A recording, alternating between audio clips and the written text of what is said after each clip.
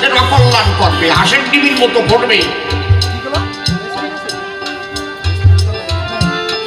যদি বলেন কেন আগে গন্ডগোল ছিল না এখন গন্ডগোল হচ্ছে, এর মূল কারণ মোবাইল। খারাপ কথা কইছি নাকি? নাকি এই যে মোবাইলে কত সংসারের পুরুষ নারী পরকীয়া আসক্ত হয়েছে, ভালো ভালো সংসার শেষ হয়ে গেছে, বহু যুবতী নারীর জীবন শেষ হয়ে গেছে লাভ জেহাদে পড়ে, বুঝতে পারেনি। নাম তার পিন্টু দাস,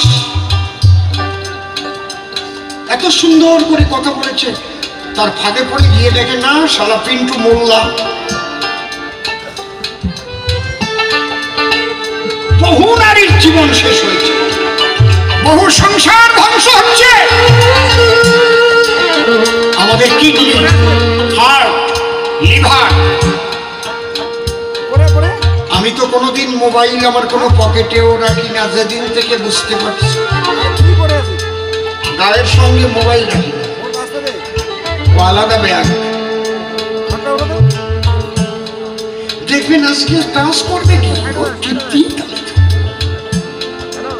হ্যালো, আর কায়দা কত ছবি বাসে ওঠে মোটে।